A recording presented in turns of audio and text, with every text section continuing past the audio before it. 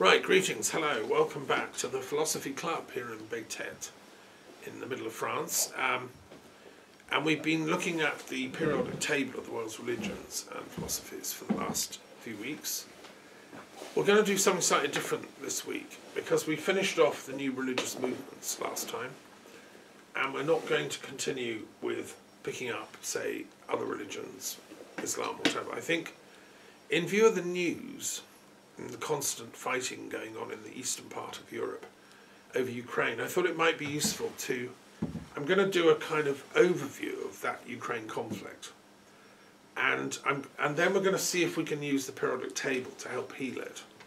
What areas of the periodic table do we need to know about in order to solve the Ukraine thing? Let's imagine Putin, Zelensky, Biden, Macron and so on, we're all in this philosophy club, had come to the class with Thomas Daffen.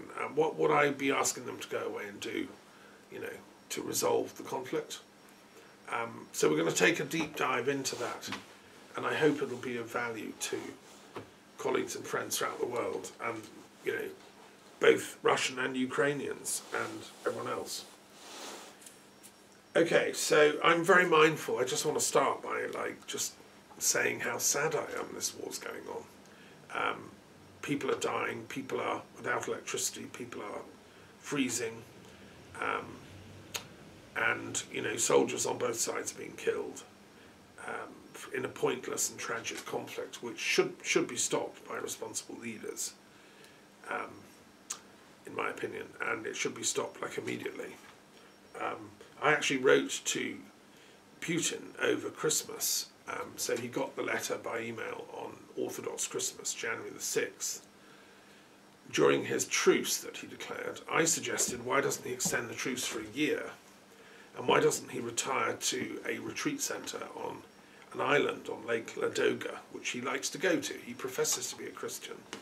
He likes to go there on retreat sometimes. So I said, why don't you go there for a whole year, Mr. Putin, and appoint other people to solve the conflict? Because he is, I think, one of the main causes of the conflict. I didn't hear back, and they've resumed their firing and shelling, so presumably that's a no, which is sad. But there we are. So what are we dealing with?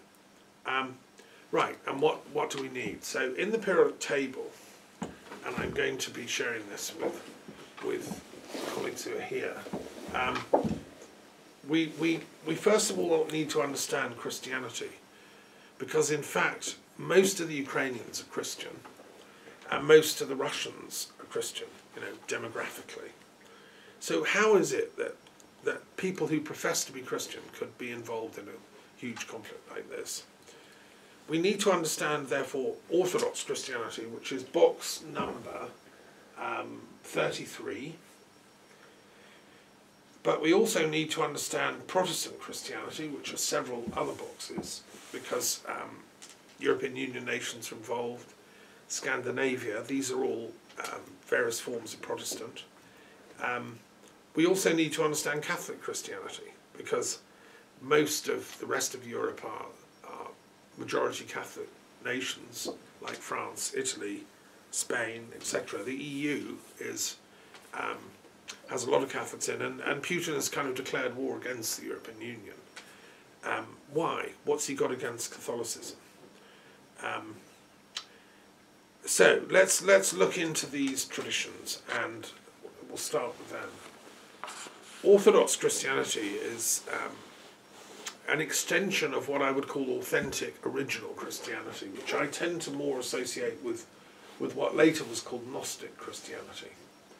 I think the teachings of Jesus himself were a kind of inner path to enlightenment, like Buddha or Mahavira or other great sages of humanity. I don't think Jesus was... I think he would be appalled if he saw that his name was being invoked to attack innocents with bombs and shells. I don't believe in this kind of militant, violent, aggressive Jesus the God who is used to justify militarism. That, I think, is something that came later.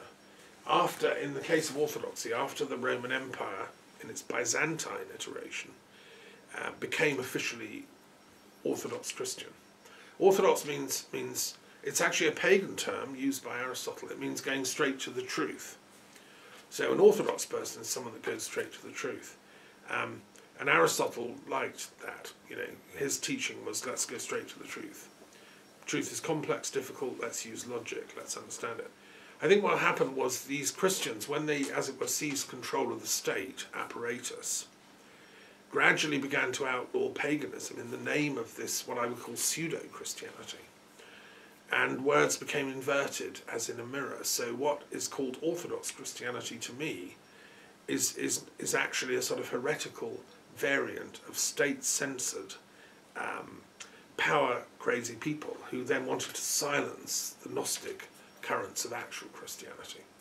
So right from the beginning, 300 years after poor old Jesus' death and hopefully resurrection, everything started going wrong.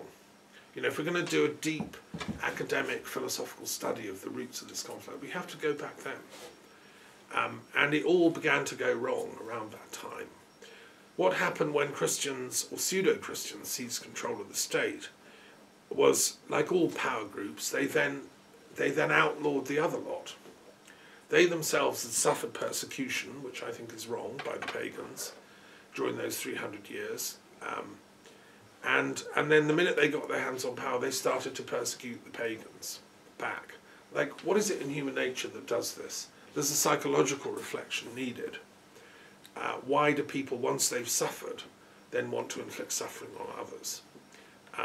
It's a sort of karmic hangover from the past that seems perpetual.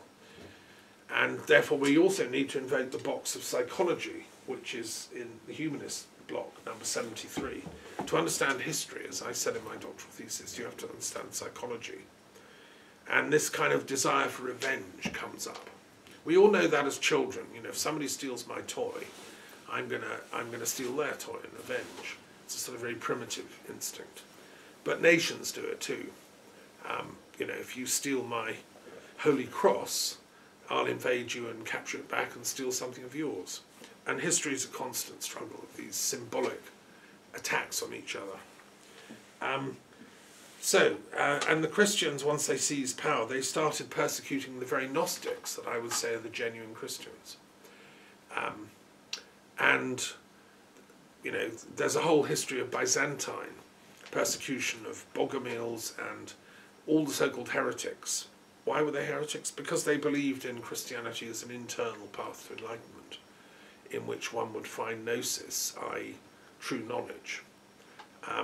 They also believed that women had also huge, important, equal rights to share their spirituality with humans, with you know, other Christians. There were Gnostic women teachers. And also perhaps Mary Magdalene was a symbol of this, one of Jesus' early group of initiates, let's call them. Now in the Gnostic Church, that all became called heresy. And to even say what I'm saying now, if we're in 17th century Russia in a dark time, I'd be put in prison and accused of heresy. Now you see, I don't believe it is. I think as a philosopher of history that actually what's at stake here is the right of academic freedom, the right to research these matters in depth. So anyway, there's a whole thing we could go into about the origins of orthodoxy, so-called orthodoxy. I think the worst form of it is the Russian form. I just have to say something about Russian orthodoxy. I've been to Moscow, I've travelled to Russia, I have Russian Orthodox friends. I've met intellectuals from the Russian Orthodox tradition, and some of them are really, really brilliant. They came here to Paris, they fled the Bolsheviks. They were allowed to set up a seminary teaching, which is still there in Paris, teaching the depths of Russian Orthodox spirituality. They produced some real saints. I'm not against them. What I'm against is the sort of apparatchiks who then take ideas from the saints and turn them into a power vehicle for their own sociological power. And the current Patriarch Cyril, who's the head of the Russian Orthodox Church, is a known KGB operative who during the 60s, 70s was working for the Russian Secret Service as a spy internally, because it's a powerful position. He rose, And he was a friend of Putin, who was also working for the KGB at the time. I don't think Christian clerics should work for a secret intelligence service. I think that's against the spirit and the letter of Christianity. And why on earth he's been allowed to rise to the heights he's risen to. And he's now become a sort of servant of the military state that is modern Russia. And he's giving sermons in his cathedral in Moscow saying, the war's a jolly good thing, let's go and kill the Ukrainians. That is an absolute prostitution and desecration of what Christ would have wanted from his clerics. That man should be stripped of his authority and sent off, to join Putin on the monastic retreat island.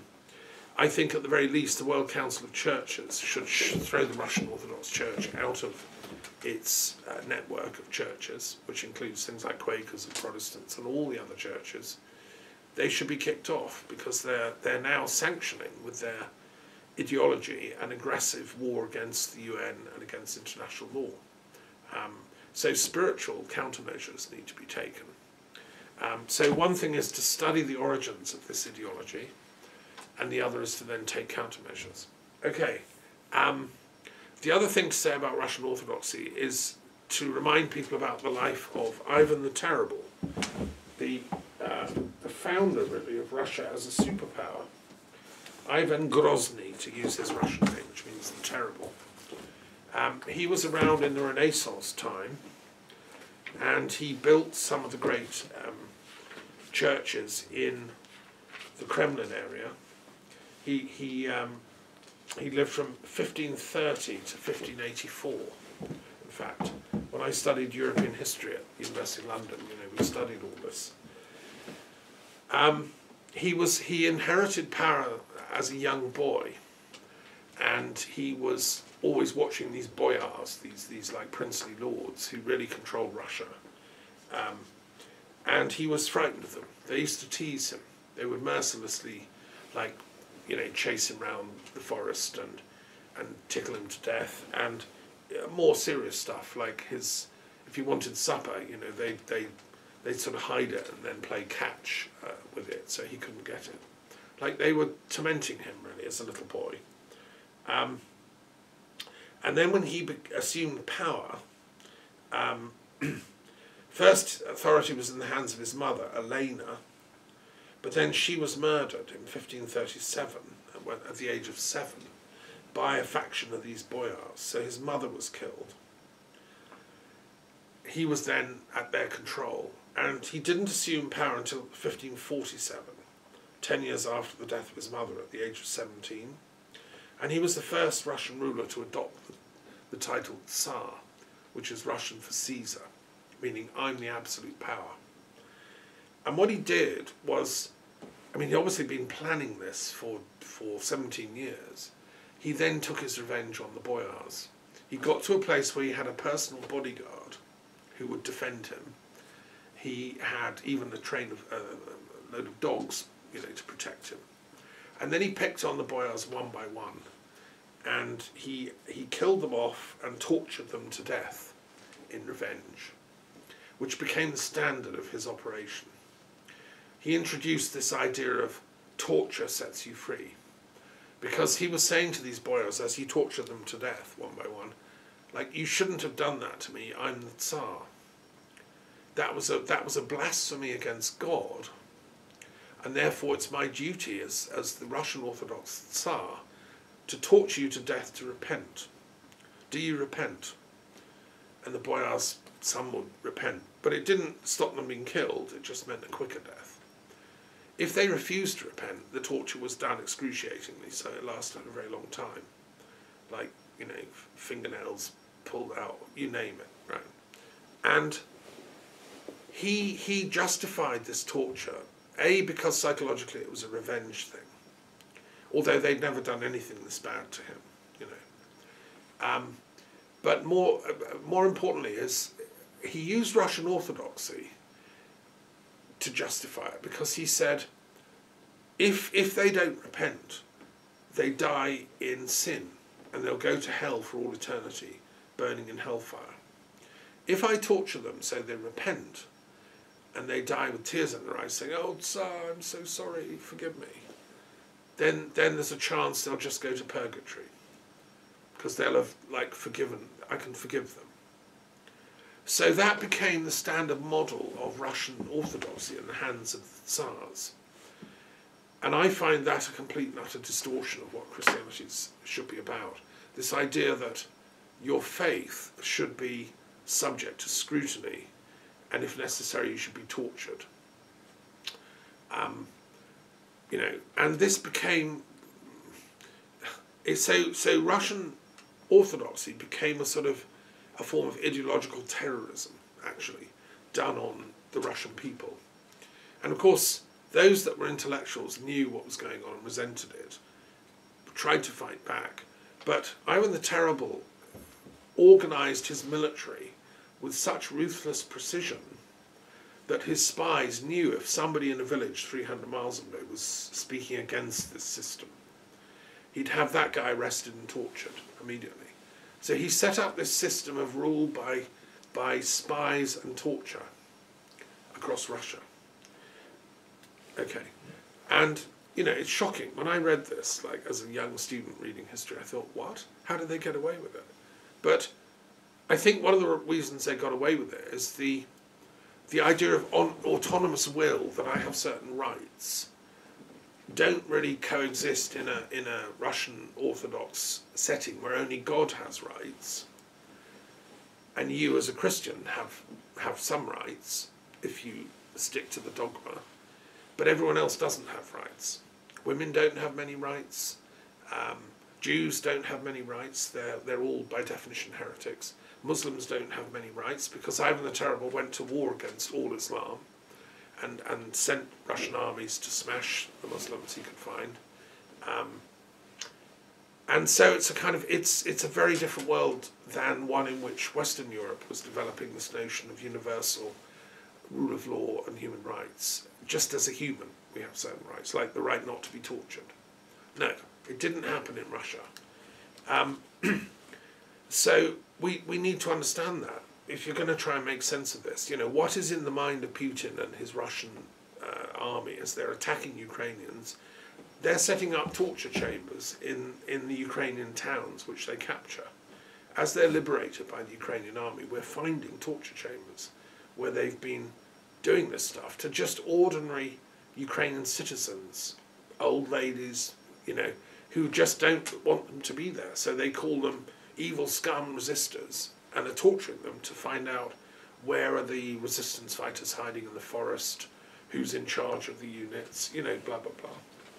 It's that mentality that's at work here, which is shocking to me as a historian. I thought we got over all this. When I went to Moscow in 1990, I had no idea that they were still doing this stuff, or thinking like that, right?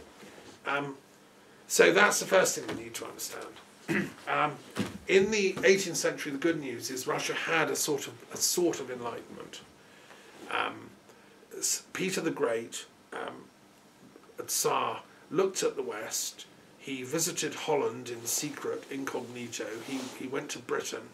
He was interested in what the West had done with liberal democracy. The Dutch had a republic that seemed to work pretty well. Very few people starved to death. They had a sort of economic democracy, let's call it a social democracy. How had they done that? You know, he was going there as a spy, effectively. And he was impressed by the Dutch fleet. Well, how had they built these ships that had gone all the way to Indonesia and stuff, bringing this wealth? He was impressed by the British, a little tiny island. We'd done the same. So Peter wanted whatever the secret was of the West. And so he built St. Petersburg as a port on the Baltic, which he called the window on the West. He wanted Russia to become westernized. And he grudgingly made reforms. So, for instance, in the standard Russian Orthodox Church, I mean, everyone has a very long beard. It's a sort of mark of belonging. He said, no, shave the beards off. Look Western. Cut your hair. You know, dress in a smart suit. Kind of look more like Europeans, right? Some people resisted that, and Russian society kind of split between Westerners who wanted to follow the West European model and Easterners, Slavophiles, who said, no, we're different, we'll stay in the forest and have long beards. And you know, and there were good people on both sides and also bad people on both sides, because, and then under Catherine the Great, who came a little later, she also wanted an enlightenment for Russia. To become empress, she had to convert to Russian Orthodoxy, so you couldn't be the Tsar of Russia without being Russian Orthodox. It was like standard. And so, although she was a German Lutheran by birth, she converted, worth an empire.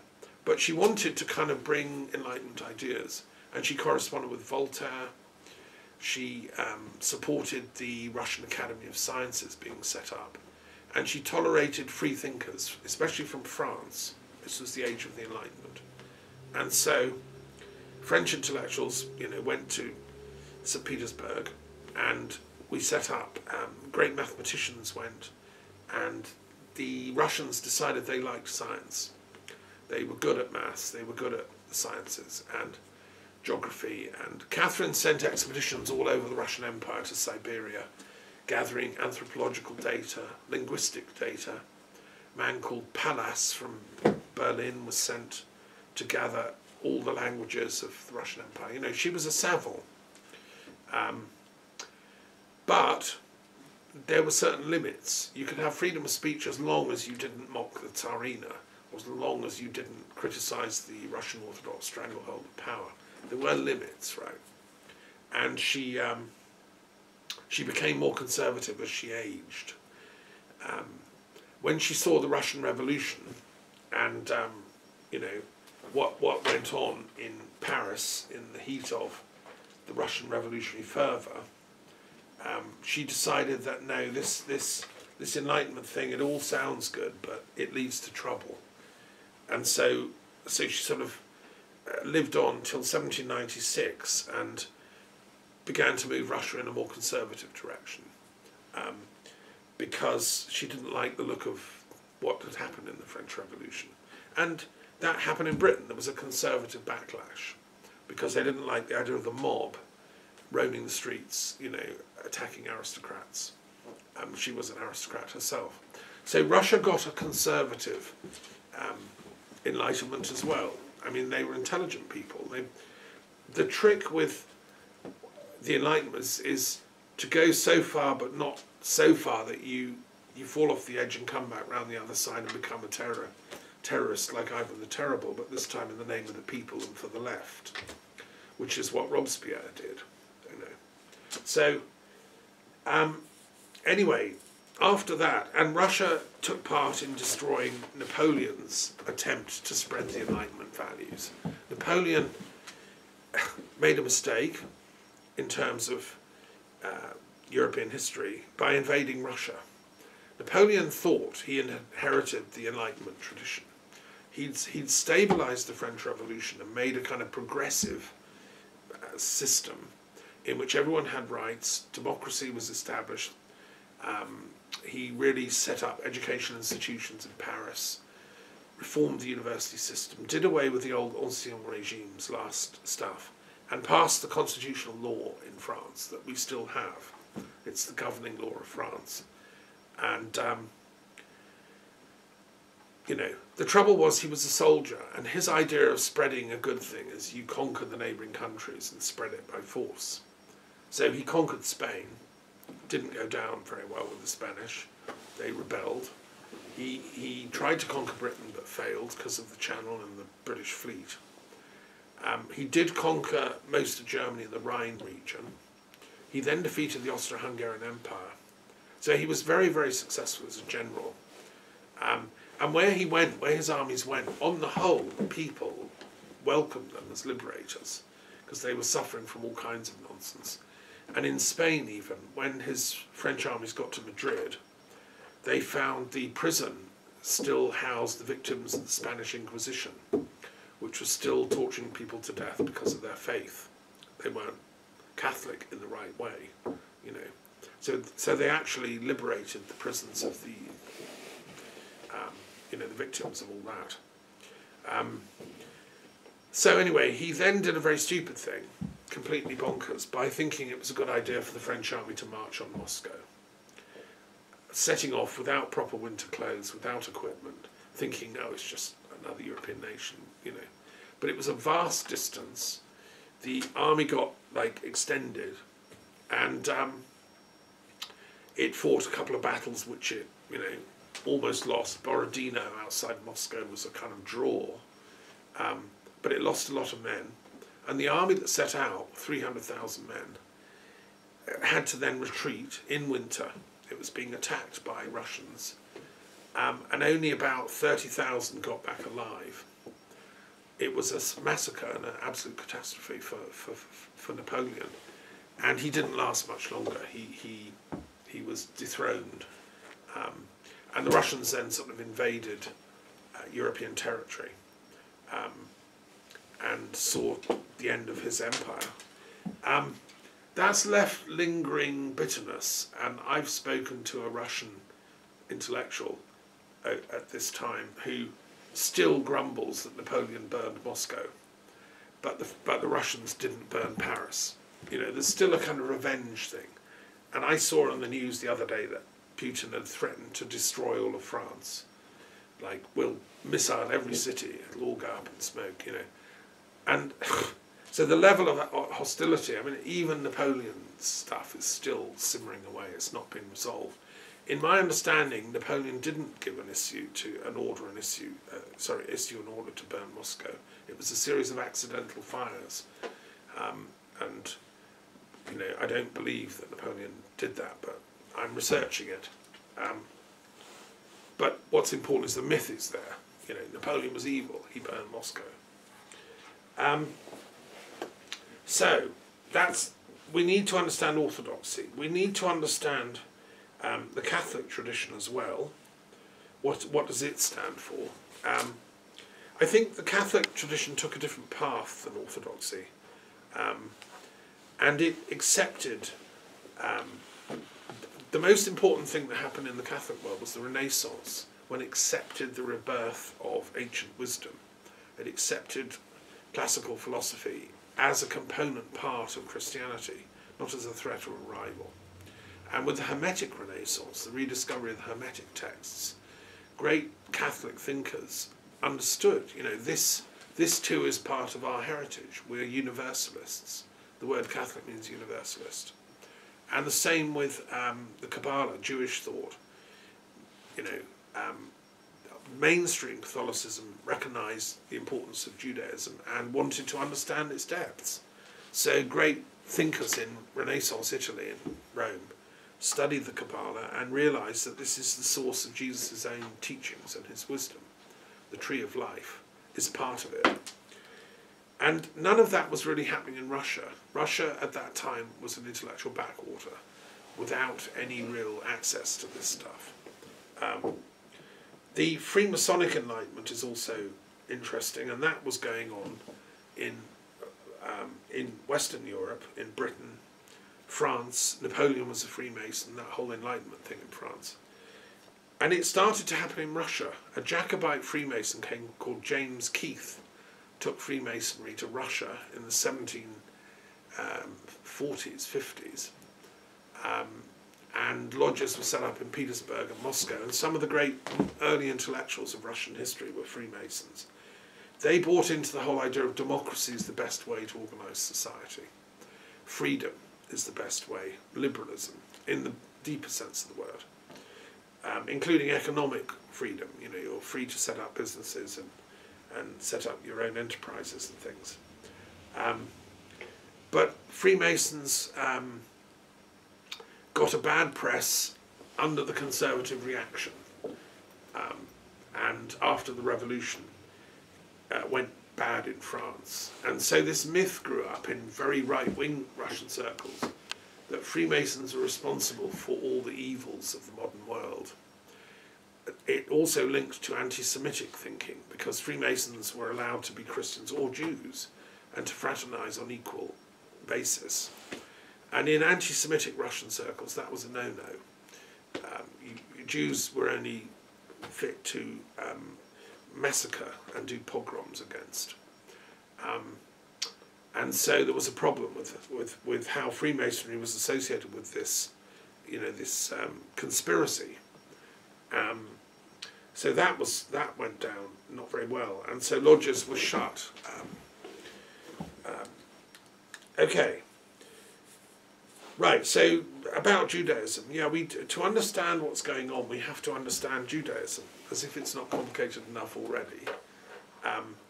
Because Zelensky's obviously Jewish, and there's a long tradition of Jewish tradition, particularly in Ukraine. It is the heartland of the Hasidic faith, which is the most spiritual of all the forms of Judaism. It's where the great Baal Shem Tov came from, the great Hasidic master, and many, many others. I've got an encyclopedia of Hasidic law here in the library. They were all steeped in the Kabbalah. They were all masters of just theoretical and practical Kabbalah. And what is the Kabbalah? Well, I've talked about this before. It's the tree of life. Here, this is a diagram of it, which I've shared with the Philosophy Club before, for those that haven't seen it. And these are the Sephiroth. There's Keter at the top, which represents the divine level of being. This is Malkut, which is the grounded, earthy, material realm. And the duty of the Kabbalist or the Hasid is to reconcile and unite the two. When Christ said in his prayer, "Thy kingdom come on earth as it is in heaven," he was revealing his Kabbalistic sources. Thy kingdom come on earth as it is in heaven, so let's have it also on earth. This means to reconcile the material and spiritual sides of our nature, because we are both material and spiritual beings, all of us. So how do we do that? Well, the Kabbalah provides a tree or a map for that. And the Ukrainians know this. I mean, these Ukrainian Hasids. A friend of mine who's a professor of philosophy has studied all this stuff, and there are other experts. It's amazing. This is so rich and so profound, these teachings. Instead of firing bombs and shells against Ukraine, Putin should have sent scholars in to study this stuff and to learn from it and to work out how they can undo the anti-Semitism inside elements of Russian Orthodoxy, who still are blaming the Jews for everything, and there are elements in Putin's war cabinet who are going back and saying, well, Hitler was right. Yes, the Jews are the source of all the problems of the world. We have to kill them all. They're still thinking like that, right? That's extreme anti-Semitism, and that is a factor behind their invasion. This, which is just too dreadful for words, in my opinion. What we need to understand, therefore, is the rich history of Jewish thought in the Ukraine, particularly.